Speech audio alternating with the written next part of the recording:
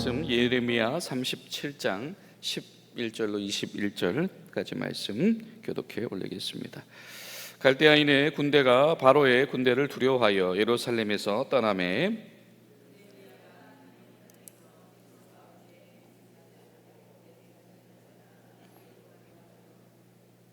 베냐민의 문에 이른즉 하나냐의 손자요 셀마냐의 아들인 이리야라 이름하는 문지기의 우두머리가 선지자 예레미야를 붙잡아 이르되 내가 갈대아인에게 항복하려 하는도다.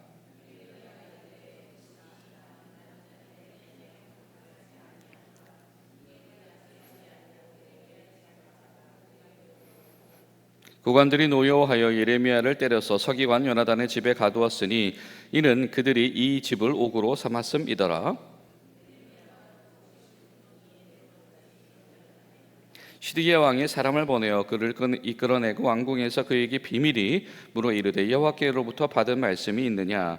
예레미야가 대답하되 있나이다. 또 이르되 왕이 바벨론의 왕의 손에 넘겨지리이다.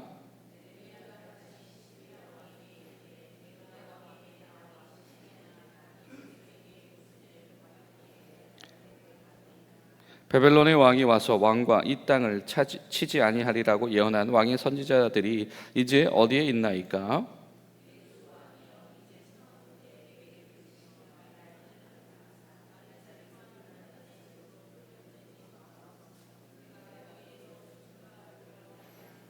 이에 시드기야 왕이 명령하여 예레미야를 감옥들에 두고 떡 만드는 자의 거리에서 매일 떡 한 개씩을 그에게 주게 하며 성중에 떡이 떨어질 때까지 이르니라. 예레미야가 감옥들에 머무니라. 아멘. 사랑하는 여러분, 오늘도 주님의 은혜 가운데서 서나가시는 복된 하루 되시기를 간절히 소망합니다. 사람들이 그 자신의 이름값을 소위 하고 살아갈 수 있다라고 하는 것은 정말 귀하고 또 은혜로운 일인 것 같습니다. 우리가 예레미야서를 읽다 보면 특별히 오늘 이 37장 전후를 같이 읽다 보면 우리 마음속에 지나가는 이 사람들의 이름들이 있죠. 요시야라고 한 이름이 있고, 예레미야라고 한 이름이 있고, 이리야라고 한 이름이 있고, 또 시드기야라고 하는 이름이 있습니다. 다 비슷비슷해요, 그렇죠? 여호와 하나님의 이름을 그 자신의 이름 속에 품고 있는 자들입니다. 자, 요시야와 예레미야 어떤 사람들입니까? 요시야는 여호와께서 지키신다, 여호와께서 치료하신다, 뭐 이런 뜻을 가지고 있습니다. 근데 여러분, 그의 인생을 봤을 때 어떤가요? 하나님께서 그의 인생을 치료하셨습니까? 하나님께서 그의 인생을 지키셨습니까? 젊은 날에 왕위에 올라서 이 반대 세력과 대립하고 결국에는 전장에서 전사하는 것이 요시야 왕이었다라고 하는 거죠. 예레미야는 어떻습니까? 예레미야는 여호와께서 높이신다, 여호와께서 임명하신다, 이런 이름을 가지고 있습니다. 근데 그의 인생이 어떠하죠? 그 인생을 하나님께서 높여주셨나요? 예레미야가 오늘 높임을 받고 있습니까? 어떻습니까? 하나님께서 임명하신다라고 하는데 사람들이 그를 하나님께서 임명한 사람으로 대우를 하는가요? 성경에서 기억하고 성경에서 칭찬하는 이 요시야와 이 예레미야라고 하는 사람이 결코 단순하게 우리가 판단할 만한 그 한두 가지 때문에 어떤 좋은 사람 또 명예로운 사람이 되지는 결코 않는다. 하나님께서 요시야와 예레미야를 통해서 한 개인을 넘어서서 요시야를 통해서 하나님께서 어떤 백성들을 지키시는가? 하나님께서 예레미야를 통하여서 백성들에게 무엇을 높이시는가? 라고 하는 일에 쓰임받을 수 있었던 사람이 요시야와 예레미야라고 하는 사람이죠. 어떤 분이 그런 표현을 썼더라고요.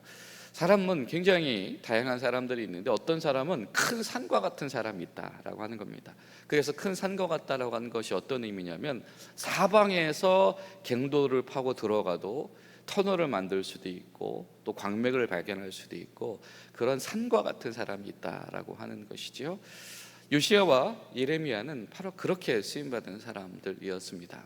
반면에 이리야 또 시드기야라고 하는 오늘 말씀 속에 등장하는 이 수문을 관리하는 사람들 중에 리더이죠. 이 수문장 이리야라고 하는 사람의 이름은 여호와가 나의 빛이시고 여호와께서 빛을 주신다, 이런 이름의 뜻을 가지고 있는 사람인데, 정작 그의 인생이 지금 어떤 일에 지금 혈안이 되어 있습니까? 그렇습니다. 실적 올리기이죠. 베냐민 지파 사람인 베냐민이 예레미야가 예루살렘에서 활동을 하다가 자신의 동족 땅 동네로 사실은 돌아오고 있는 것이죠. 그런데 하필 그 방향이, 그 길목이 이 바벨론 군대가 침공해 왔던 그 침투로, 또 글로 가는 무역로, 그 길이 그쪽으로 나 있으니까요. 네겝 지나가지고, 그러다 보니까 아주 말 만들기가 좋은 상황이 되었던 거죠. 바벨론에게 지금 이 정보 활동하러 간다라는 부명을 씌워서 실적 올리는 일에 그 예레미야와의 만남을 소진해 버린 사람이 바로 이리야였습니다. 그가 여호와가 나가는 빛이다라고 하면서 살아가면서 정말 그의 인생 가운데에 정말 어두운 것에 빛을 어떠한 빛을 소망하고 있었는가, 그 인생 가운데 빛이 비치는 지경이 도대체 어느 지경이었던가라고 하는 것이죠. 또 시드기야 왕도 마찬가지입니다. 시드기 왕, 자기 조카들을 대신해서 바벨론에 의해서 왕으로 세움받은 사람 아닙니까? 어떻게 보면 자신의 형제인 요시야의 대를 이어서 왕이 되었고, 요시야가 어떻게 전사했는지, 또 자신의 조카들이 어떻게 죽임당하고 끌려가는지, 뭐 이런 부분들을 다 알고 있는 사람들일 텐데, 정작 그 시드기야 왕, 여호와는 나의 의로움이다, 여호와께서 의로우시다, 시드기야 왕이 도대체 하나님의 의로우심을 얼마나 추구했던가라고 하는 것이죠.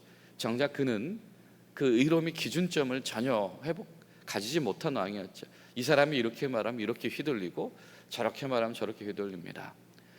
바벨론주의자들이 말하면 바벨론 앞에 납죽 엎드려야 할 것 같고, 또 이 강성, 이 호전주의자들, 민족주의자들, 그리고 이 이집트, 애굽을 끌어들여서 저 바벨론의 군대와 군사적으로, 정치적으로 맞서자라고 하는 사람들 앞에서는 그렇게 휘둘리는 사람, 도대체 그의 인생 가운데, 비록 그가 왕으로 세움을 받았으나 그 인생 가운데에 도무지 이 어떤 하나님의 의로움이다라고 하는 기준점을 발견할 수 없는 사람이 바로 시드기야였다라고 하는 겁니다. 여러분, 오늘 말씀 보면 얼마나 기가 막히죠. 자, 16절 17절을 보면 예레미야가 이 수문장 관리들에 의해서 고발당하고 지방 감옥에 억류됐다는 소식을 듣고 왕이, 근데 갑자기 예레미야의 이야기를 안 들으면 안 될 것 같은 두려움에 사로잡혀 있어요. 그래서 그가 예레미야를 불러내는데 성경이 뭐라고 얘기를 하냐면, 자, 17절을 보면 기가 막히죠. 왕이 사람을 보내어 그를 이끌어내고 왕궁에서 그에게 비밀이 물었다. 여러분, 이게 무슨 말입니까? 왕이 자기가 물어볼 얘기가 있어서, 그렇죠? 어떤 혐의자를 불러내는데, 혹은 자신의 백성 중에 일원을 불러내는데 몰래 숨어서 비밀이 물어봤다. 예레미야서는 신랄하게 우리에게 고발하고 있는 거죠. 이 왕은 하나님께서 기름 부어 세우신, 사실 왕이 또 메시아거든, 그죠? 메시아로 분류되는 사람이 왕 제사장들 아닙니까? 기름 부어 세웠던 사람들. 그 왕이 눈치 보면서 비밀이 예레미야를 불러냈다라고 하는 것이, 이 시대가 얼마나 사실 하나님 앞에서 참 안타까운 시절인가를 바라보게 하는 바로 그런 상황입니다. 그 요시야 왕은, 그 아까운 요시야 왕은 전쟁터에 나가서 전사하는 것을 두려워하지 않았는데, 이 시드기야 왕은 이 궁중 대신들 눈치 보느라고 몰래 숨어서 예레미야를 청했다라고 하는 이런 연약한 모습을 보여주고 있습니다. 여러분, 우리 가운데에 정말 우리가 그리스도인 예수님의 제자, 하나님의 사람이라고 하는 이름값을 우리가 가지고 살아갈 텐데, 하나님께서 마땅히 저 여러분의 삶 속에서, 우리 인생 가운데서 주님의 은혜와 뜻을 드러내실 수 있는 그런 하나님의 인도하심 가운데서 쓰임받는 귀한 삶 되시기를 예수님의 이름으로 축복합니다.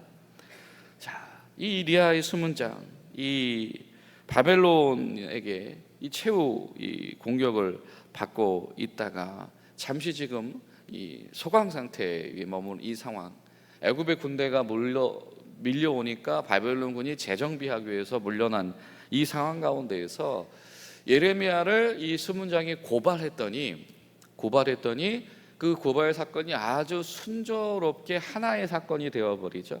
일사천리로 예레미야를 이 감옥에 가두는 상황이 되어버립니다. 그 이면 가운데에서는 어떤 흐름이 작용을 했냐면 소위 애국심, 소위 민족주의가 그들 가운데 가장 중요한 이 판단의 근거로 작용을 했습니다. 지금 우리나라가, 우리 민족이 저 바벨론에게 공격을 받고 있는데 저희를 물리치는 것 위에 다른 이야기를 하는 사람은 다 반역행위다, 여기에 혈안이 되어 있었던 사람들이 있었던 거죠. 그리고 이것이 사람들에게 굉장히 잘 마음을 움직이는 힘이었던 것 같습니다. 그래서 지금 예레미야가 지금 그렇게 투옥되는 과정에서 아무도 그 일에 제동 거는 사람이 없었다라고 하는 겁니다. 자, 불과 예레미야가 이 자신의 어떤 현재 위치에서 10km도 채 되지 않는 고향 땅 아나돗에 가려고 하는 그 행위를 체포하고 반역자로 몰 만한 그런 상황이 조성이 되어지는데, 그 중에 어떤 사람도 예레미야의 어떤 선의를 지지하는 사람이 없다라고 하는 거죠. 현실 가운데서 사람들이 매몰되어져 있는 것이 한 가지가 있습니다. 그것은 뭐냐면 오늘날로 이야기하자면 그것은 슬로건입니다. 슬로건. 이 슬로건에 사람들이 얼마나 휘둘리는가라고 하는 거죠. 야, 우리 민족이 지금 살아야지, 지금 다른 소리 하는 것은 반역행위야. 사실 지금 이 유다라고 하는 나라는, 이 왕조는 하나님께서 어떻게 세워 오셨는가, 하나님께서 기회를 창출하셨는가에 관하여서 늘 깨어 있어야 되는 민족들이었다라고 하는 것이죠.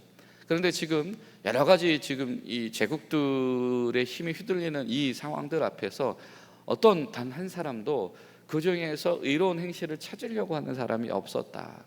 그리고 이 사람들을 지배하고 있었던 건 뭐냐면 말로 하는 거죠. 말로. 우리 민족이 최고야. 우리가 이런 대우 받아서는 안 돼. 이런 소위 자신들의 가치를 증명하는 슬로건, 오늘날 말로 이야기하면 정신승리하는 거죠. 이거에만 혈안이 되어 있었다. 그러니 하나님의 음성이 들리지 않으며 예레미야를 투옥하는 일에 아주 일사천리로 그들이 아주 단결을 할 수 있었다라고 하는 것이죠. 여러분, 마찬가지입니다. 신앙생활도 그렇죠. 우리가 현실에 맞서며 현실에 대응하는 신앙생활을 해 나간다라고 하는 것이 그냥 말로 우리가 정신 승리하는 것은 굉장히 쉽습니다. 말로 우리가 그래도 우리가 교회인데, 말로는 기독교인이 최고야, 교회가 최고야 라고 하면서 살아가는 것이 결코 어렵지 않을 수 있습니다. 그러나 그 현실 가운데에서 그럼에도 불구하고 우리를 향하신 하나님의 뜻이 무엇인가를 품고 그 마음의 행실로 옮긴다라고 하는 것은 결코 쉽지 않은 문제가 될 수 있습니다. 심지어 왕조차도 그 분위기를 이기지 못해서 예레미야를 어떻게 합니까? 몰래 불렀다라고 하는 거죠. 만약에 왕의 마음 가운데 지금 우리가 이런 슬로건 내세우며 정신승리할 때가 아니다, 하나님의 말씀을 들어야 되겠다라고 하는 생각이 사실 있었던 거잖아요. 그러니까 예레미야를 부른 겁니다. 이거 왕이 그래도 두려운 게 있고, 왕이 뭔가 아직 왕에게 기회가 완전히 없었던 것이 아니에요. 예레미야는 30년 동안 활동해 왔거든요. 요시야 때부터 활동해 왔거든요. 그 이력을 다 알고 있습니다. 그에게 한마디 들을만 하다라고 하는 것을 알고 있습니다.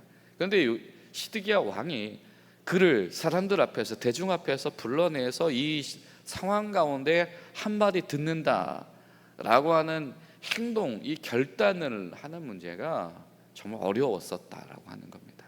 그래서 몰래 불렀다. 결국에 이 시드기야도 이 예레미야를 체포하였던 그 베냐민 지역을 지키고 있었던 이들 관료들과 다를 바 없이 말로는 이렇게 좋은 얘기를 얼마든지 할 수 있고, 희망적인 얘기를 할 수 있고, 하나님에 관한 이야기를 할 수 있지만 그 행실로 결단해서 정말 담대하게 하나님의 일을 수행하는 일에는 굉장히 소극적인 사람이었다. 그래서 말하죠.